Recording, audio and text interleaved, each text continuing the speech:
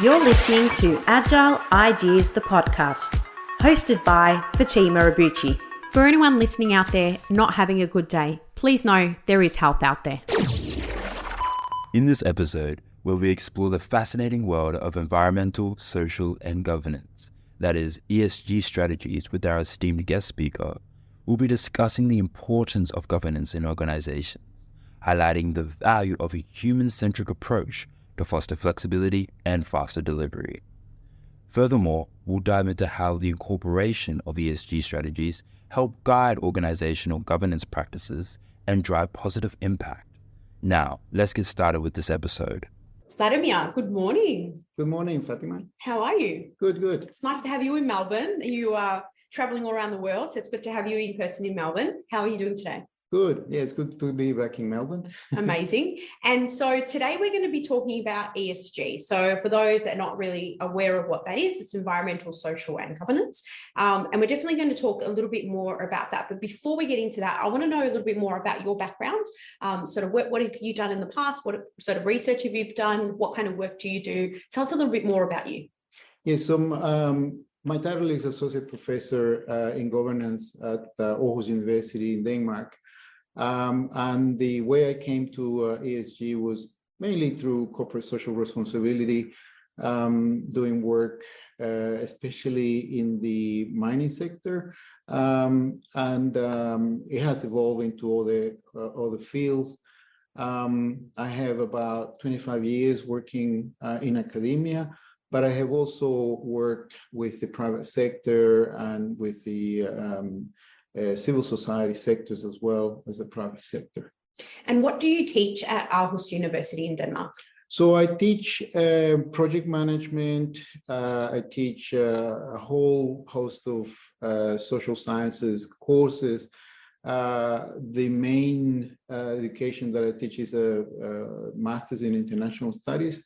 This prepares students to go into government, some go into companies, and a very small minority go into the civil society sector. They get an education that prepares them for roles to do with management, to do with research, to do with critical thinking. And so we try to educate them, prepare them so that they can use all of those skills, in the workforce. And correct me if I'm wrong, but I think we've spoken about some of your students have gone on to work in the United Nations and the World Health Organization. Is that right? Yes, that's correct. Yes. Amazing. Yes. European Union, European Council.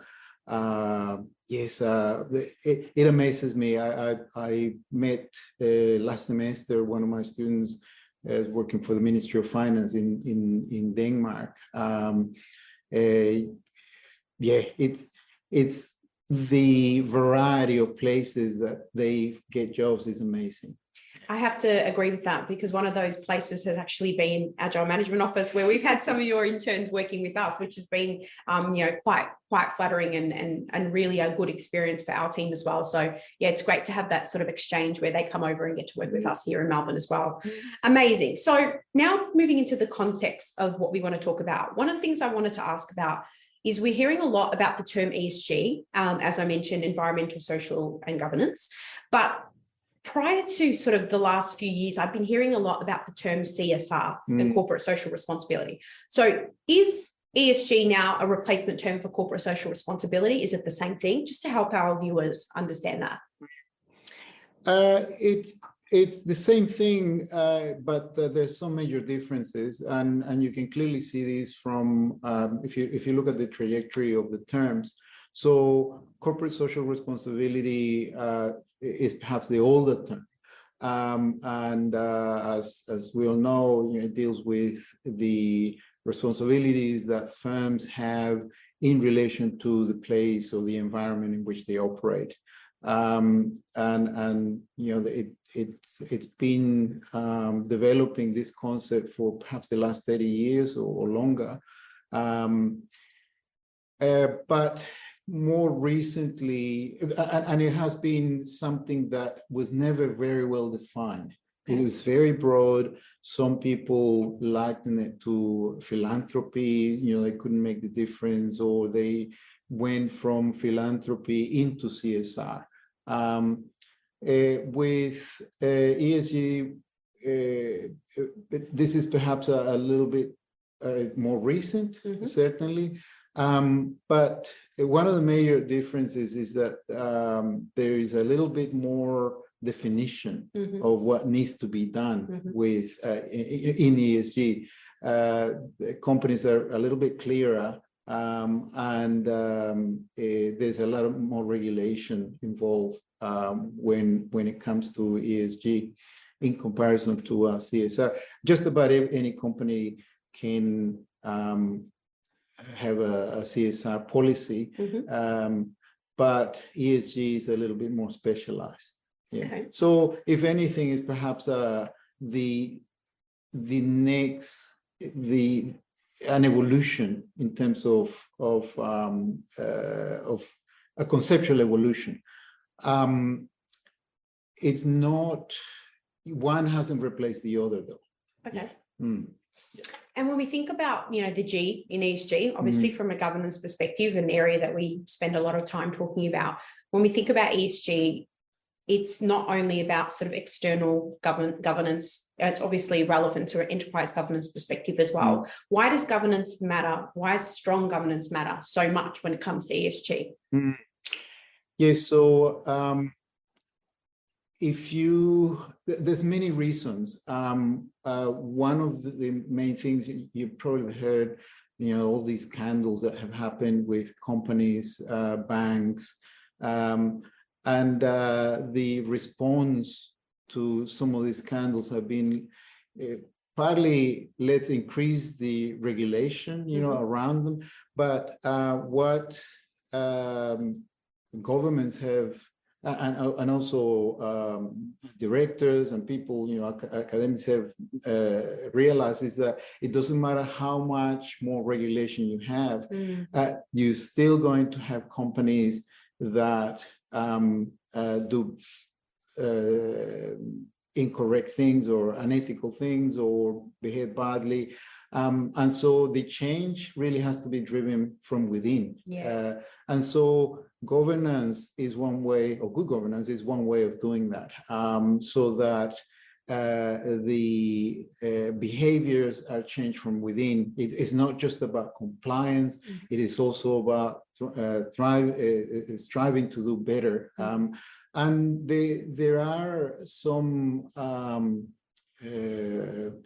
there are some benefits from doing that. So, for instance, if a company is very strong in the in its governance, it will portray a good image, and that good image means that it attracts, better employees, and it will retain them for longer.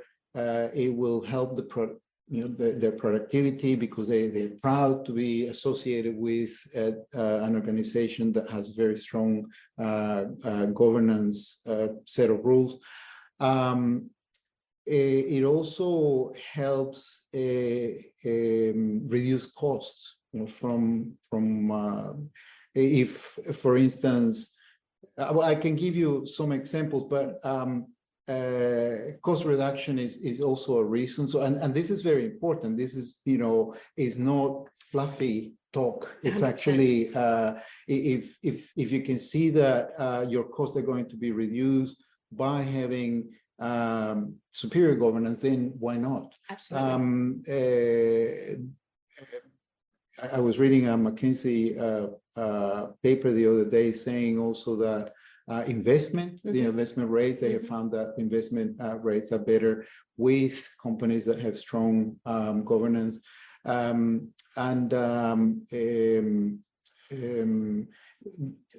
there are all these palpable benefits. Yes. It is not just about looking good. Yeah, absolutely. It's not just about rules and regulations and guidelines. Yes. It's interesting you talk about governance starts from within. We often speak to clients and share with them that, first of all, you've got that self-governance layer, you've got that project governance layer, you've got that portfolio governance layer. the enterprise governance, and then the external governance, which is obviously where ESG comes into it a lot. So I completely agree with you around good governance. Spend a lot of time talking about that, and there are benefits from doing things right. Even just the standardization that comes from having clear paths, clear guardrails around how to do governance saves clients a lot of time as well. So yeah, absolutely agree with that. Thinking about governance and models and strategies around ESG, what are some of the models that are relevant or useful for ESG strategies that organizations can think about?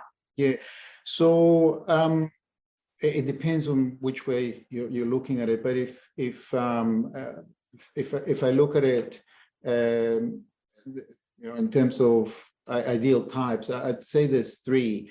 And one of them is legitimacy, the other one is stakeholder, and the last one is institutional, and I'll explain each one. So the legitimacy model relies more on people, the company trying to do things in a way that it gives legitimacy. It provides legitimacy for the things that it does.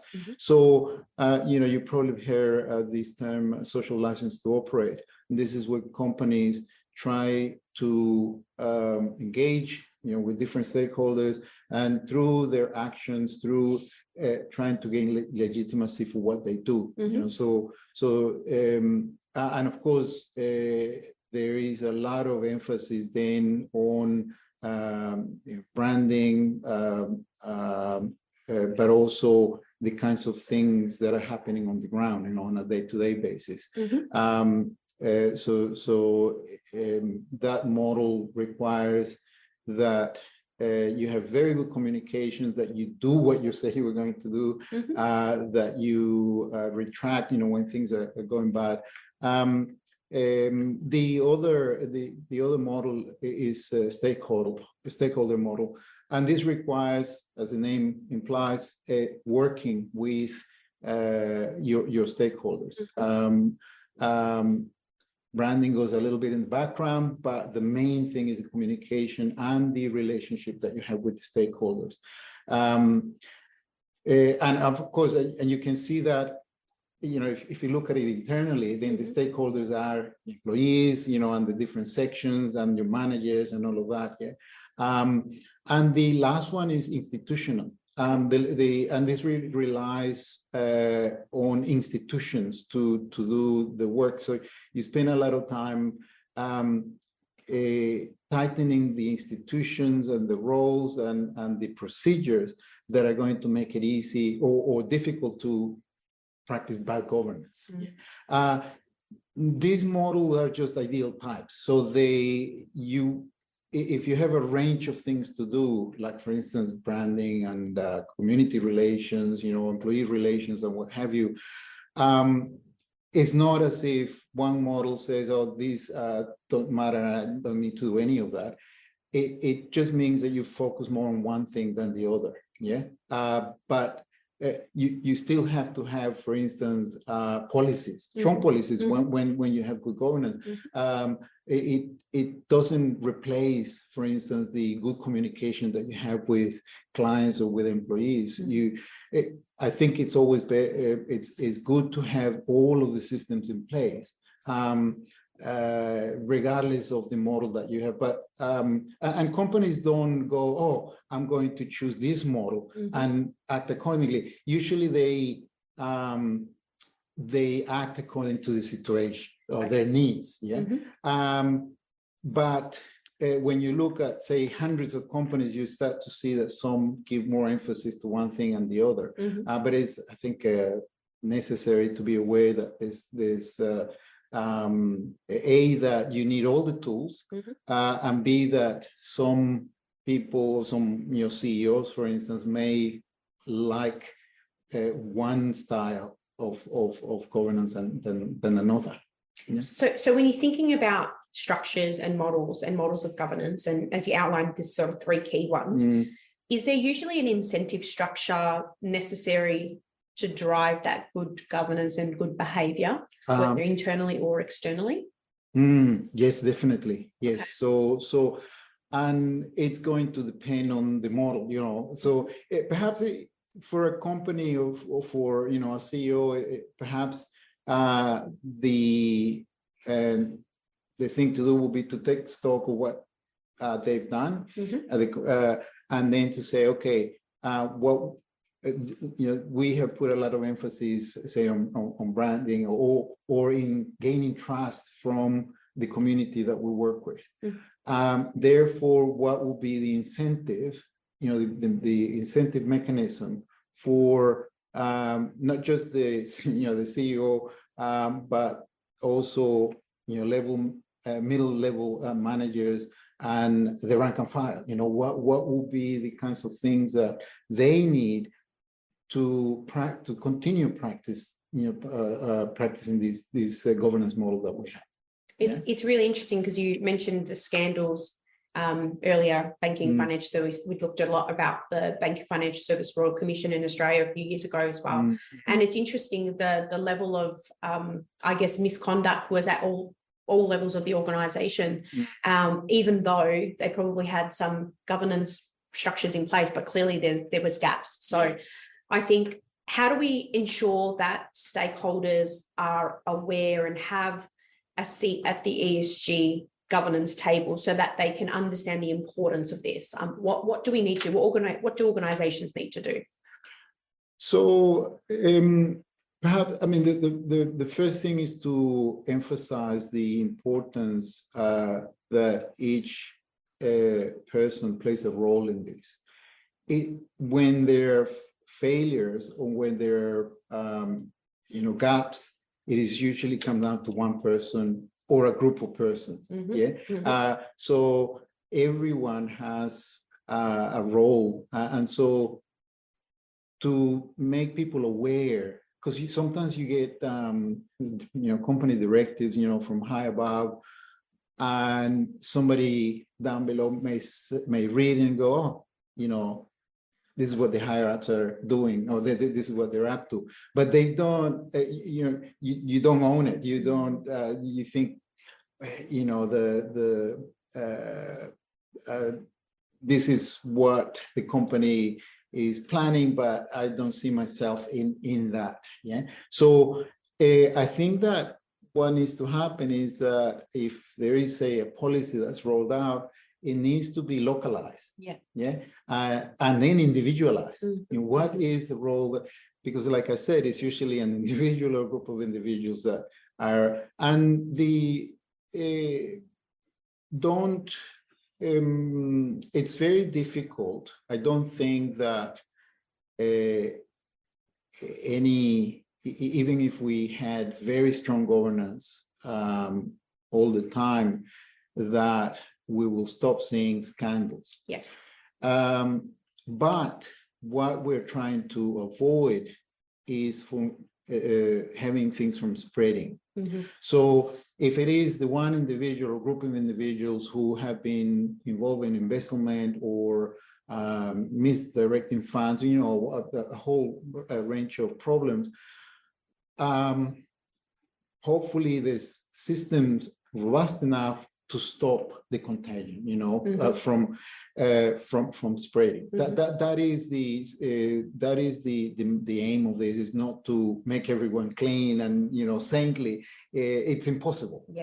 And I don't think that scandals are going to stop. We live in a system. It's a capitalist system. It's driven by money, and people have different motivations. So I think that, I mean, religions have been trying to make us saintly for many thousands of years, and they haven't achieved it. So I don't think that a strategy in a company will do it. So, but the difference between having robust systems, it's similar to a fire, you know, in a house. If the house is designed with the systems in place to be able to diminish the risk of fire, then it will not consume the whole house. And if you look at, for instance, buildings from, you know, the last century, it wasn't just a building, but whole sections of the city that will go. So it's the same thing now. You know, we're trying to have this system to try to avoid spreading of the problem. Putting in guardrails in place. people doing the right thing, basically. As opposed to trying to stop everything bad from possibly happening, which is never going to happen. I'm making aware that everybody has absolutely that I as a person, as an employee or as a board member or as a director, have a very important role in going straight and you're not hitting the rails. Absolutely. And see, this goes back to the comment around awareness. So in order for us as individuals and employees and managers and owners of businesses, we need to make sure that we've driven awareness for the wider team so that they understand the role that they play in governance as well, as opposed to assuming. So ESG is not just about boards or management, it's actually a whole of company thing as well. The thinking about ESG from the perspective of, there's a lot of talk about it in, big multinationals and corporates, and they're spending a lot of time and money in this space. But as a small business, something that I think about every day is how do we make sure we're doing the right things at the right time? Do you have any suggestions for small businesses, just in terms of where do we start when it comes to ESG, if we can start somewhere that's going to be, low cost and low risk for us to really get involved? Yeah. So, the one thing you have to be clear about is that ESG for, say, a multinational or a big company is not the same as ESG for a small business. ESG for, say, a family-owned company is not the same as one that is publicly traded, and so on. And, the list goes on. So, it needs to be situated, it needs to be localized. And I think that perhaps the easiest way of coming up with an ESG strategy for, say, a small business is just to see what the needs are.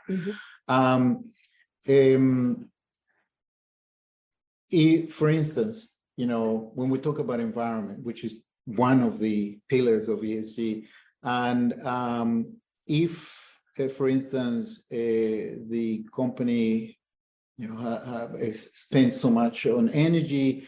What can we do to reduce the amount of energy that we use? Because that's obviously going to reduce the cost.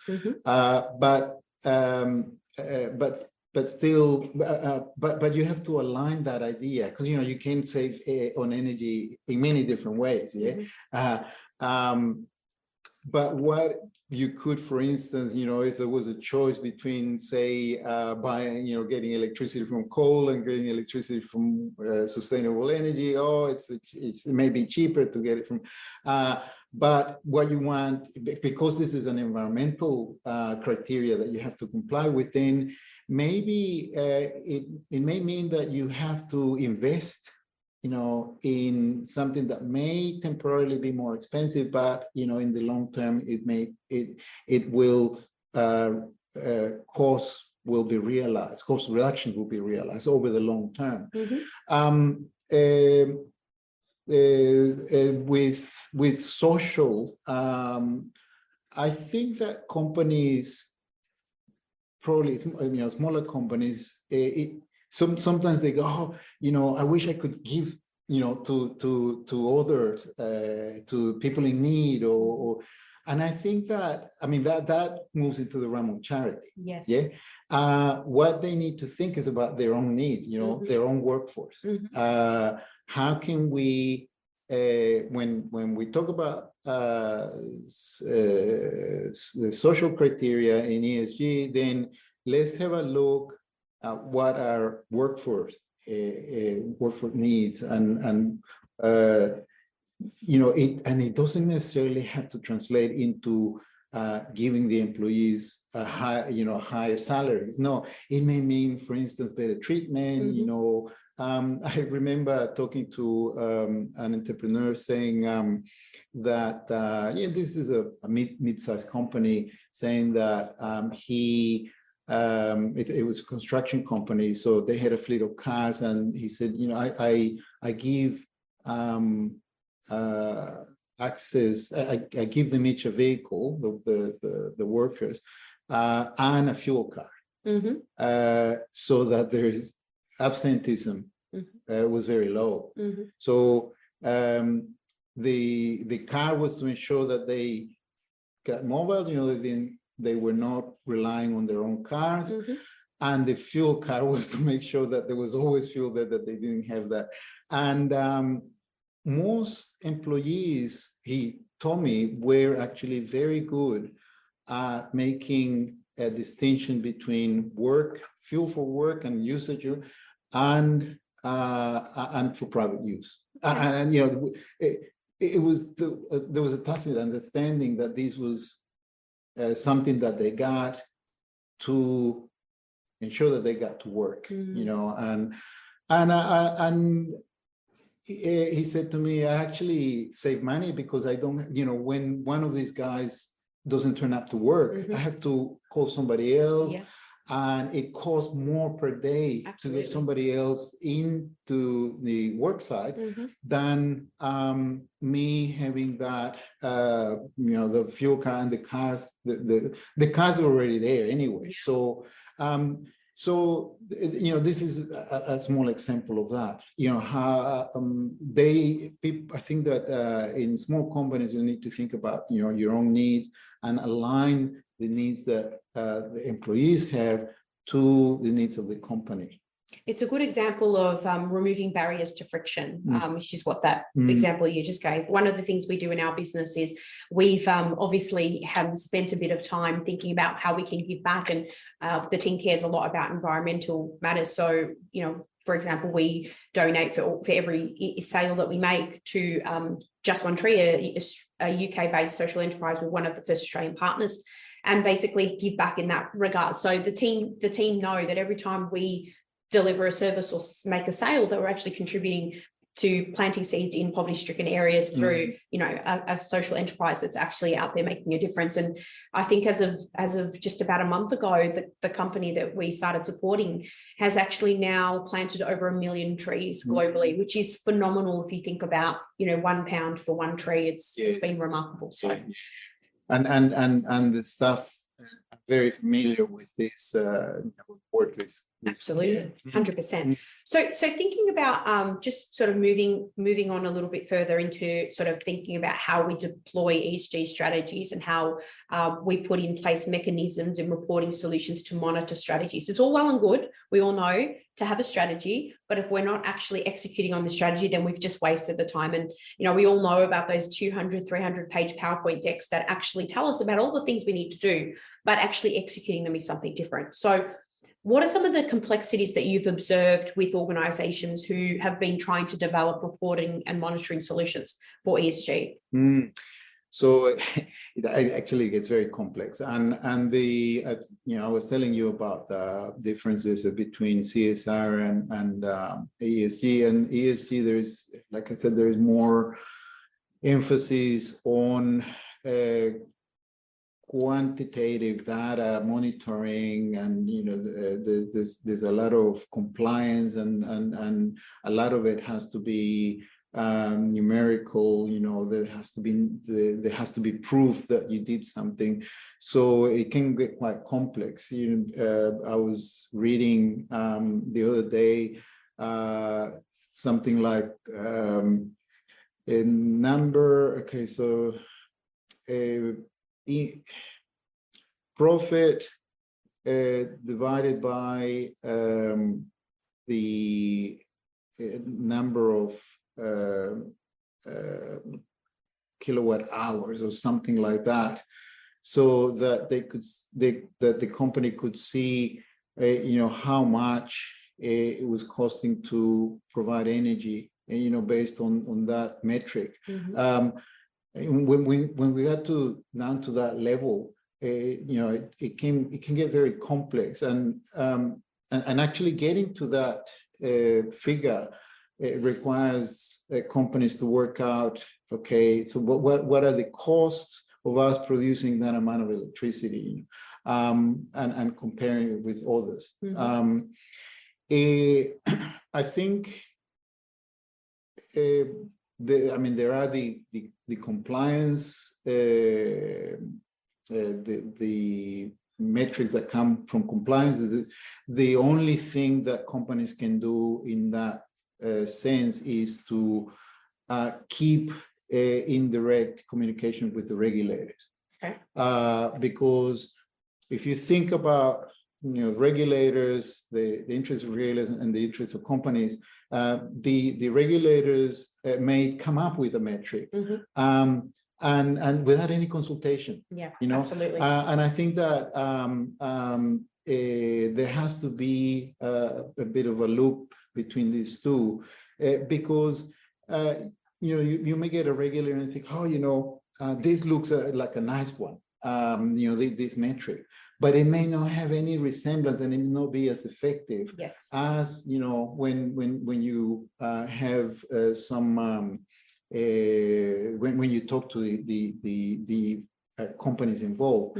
I'm exaggerating because there is actually some consultation, but I think if a company if they get a set of regulatory mechanisms that or metrics, and they are very complex, I think that they should talk to their association or go straight to the regulator and discuss it. Because it can be onerous and costly.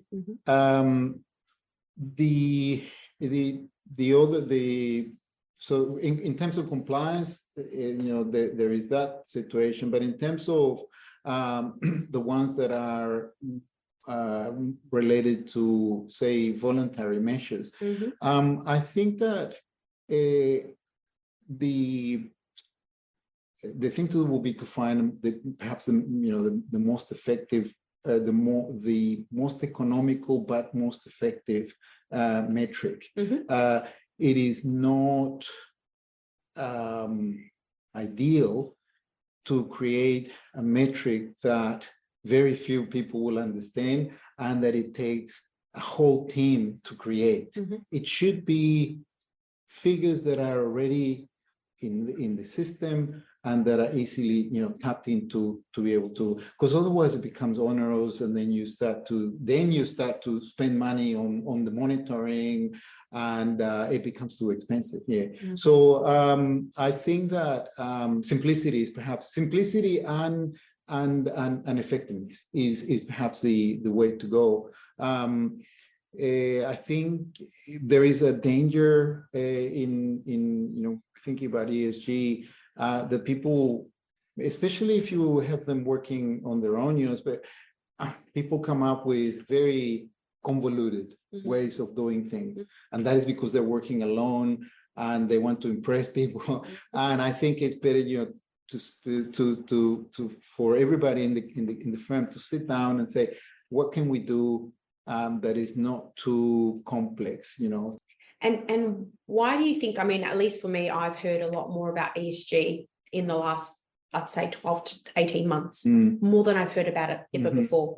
So do you think that there is an increasing risk or an increased awareness around why do you think there's a lot more discussion happening about ESGs to do with what's going on in the environment, things that have happened in recent events in recent years? What do you think is driving this sort of rise of ESG, where I barely heard anything about CSR to begin with prior? Yes. So I think there may be global trends. I think that people are starting to realize, despite the fact that there are people who don't believe, say, in climate change, the vast majority of scientists, and I would say, at least half of the people believe, that this is happening. And so they can see, for instance, that the inequalities that we're living with, they see fracturing of their societies, and so they may not be in a place to be able to become an activist, but certainly you can do things within your company. And if ESG is the one tool there is, then okay, well, what if I want to if I want to contribute to the solution from where I sit, from my position, then I can perhaps require my company to be more sustainable. For instance, if my company is uses a lot of resources, then I would want the company to reduce the resources. How do we do that? If my company uses a lot of labor in in places, in distant places where I don't know what working conditions, then let's look at ways to improve that. So I think that there is perhaps much more awareness of some of the collective problems that we have. And especially, this is especially true of the millennials. They are so aware. I think in a way that we, older people don't understand. And so they want to be part of the solution. But of course, they don't necessarily want to they don't want to become full-time, or they don't have the ability to do it, full-time activists or full-time advocates. But they can do something, they can be a fraction activist within their own company and say, we need to make these changes. And this doesn't just happen with millennials or with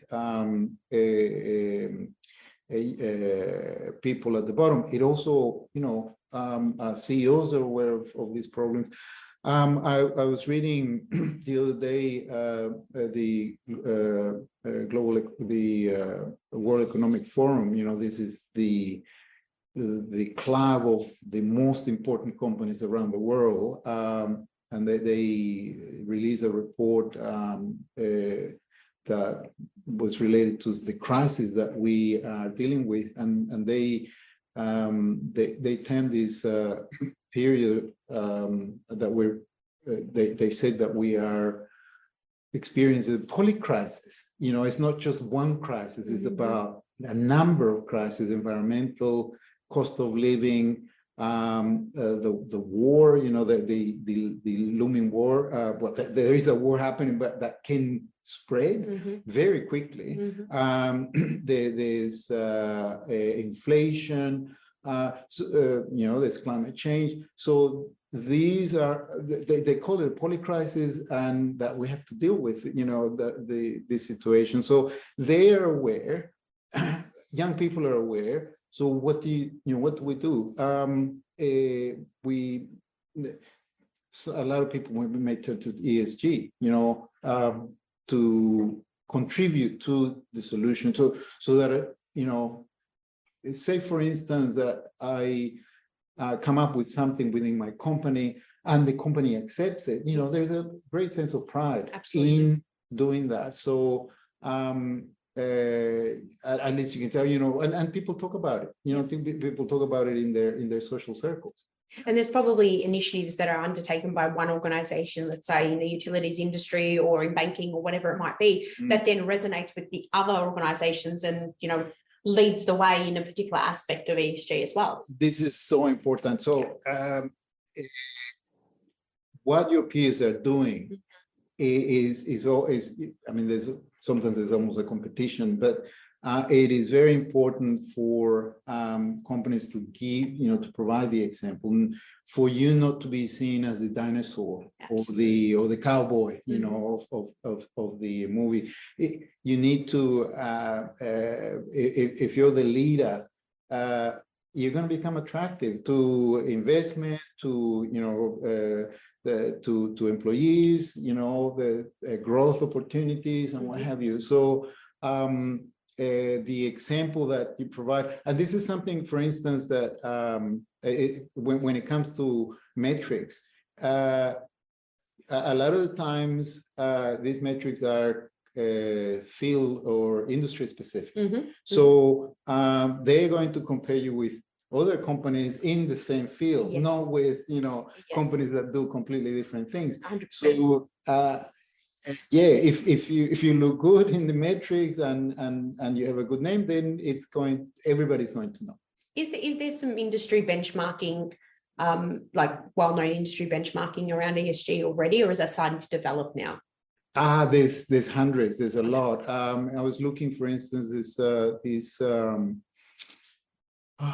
is at the global level, the ILO, the International Labour Organization has these frameworks, for instance, in relation to things like slavery, modern slavery. Yep.